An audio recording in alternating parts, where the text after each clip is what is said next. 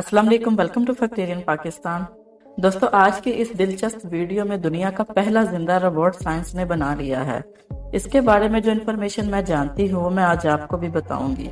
और ये इन्फॉर्मेशन क्या है, ये जिंदा रोबोट बनाने का मकसद क्या है, क्या ये एक इंसानी साजिश है, ये तमाम बातें आपको बताने से पहले अगर आप मेरे चैनल पर नए हैं तो चैनल को जरूर सब्सक्राइब कर लें। तो दोस्तों, बात है 2020 की, जब साइंटिस्ट डॉगलस ब्लैकिस्टर ने दुनिया का पहला जीनोबॉट बनाया था एक एआई प्रोग्राम की मदद से, जिसको बाद में साइंटिस्ट सैम क्रिगमन ने डेवलप किया था। ये रोबोट दो चीजों से मिलकर बना है, एक स्किन सेल और दूसरा हार्ड मसल सेल। और ये robot African frog Xenopus laevis की स्किन और उसकी हार्ड मसल सेल से मिलकर बना है, यानी कि मेंढक के कुछ सेल्स इकट्ठे करके इन्होंने एक रोबोट तैयार किया है और इसकी वजह से उसका नाम जीनोबॉट रखा गया है। दोस्तों, ये रोबोट बहुत ही छोटा है, इतना छोटा कि इंसानी आंख से देखना मुश्किल है और इसका साइज 1 मिलीलीटर से भी कम है और इसे माइक्रोस्कोप के अंदर ही देखा जा सकता है। दोस्तों, जीनोबॉट को ऐसे डिजाइन किया गया है कि वो चल फिर सकते हैं, स्विंग कर सकते हैं और भी बहुत से काम कर सकते हैं और ये बहुत हफ्तों तक सर्वाइव भी कर सकते हैं और बिना कुछ खाए 1 साल तक जिंदा भी रह सकते हैं। और ये रोबोट